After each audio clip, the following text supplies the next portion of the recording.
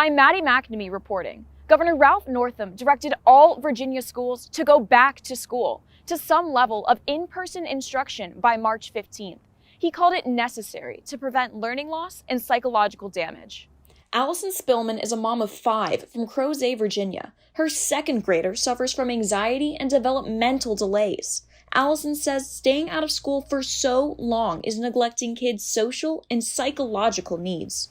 The effects that this is going to have on the mental health of our kids and our society as a whole is not being weighed in balance with the effects that the virus is having. So you're saying it's not just about learning, it's about development.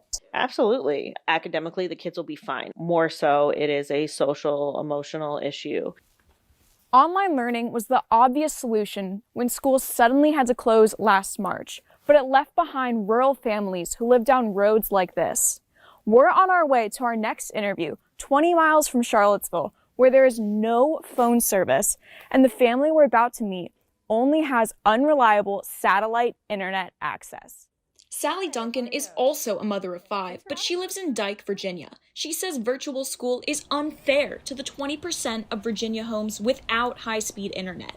In her house, only one student can be on Zoom, and even then, the connection lags.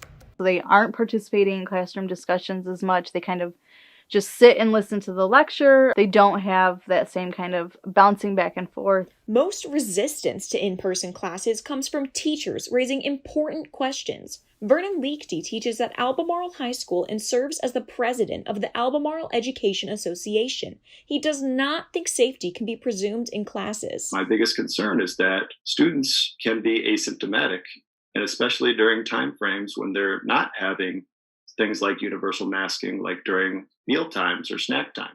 As of March 8th, Albemarle was rated at the highest level of community transmission. The Centers for Disease Control and Prevention only greenlighted the return of in-person grade school because of the high case rate, so teachers are resistant to the return of middle and high school. If they were to clear Albemarle County from the high transmission status, would you be more comfortable with returning in person? I probably would be. The problem is we haven't been outside of the highest status in a long time.